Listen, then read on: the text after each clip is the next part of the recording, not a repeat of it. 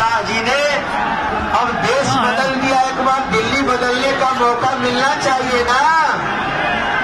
दिल्ली बदलने का मौका देंगे ना तो एक बार आप सभी लोग दोनों हाथ उठा के कहिएगा, अमित शाह आगे बढ़ो,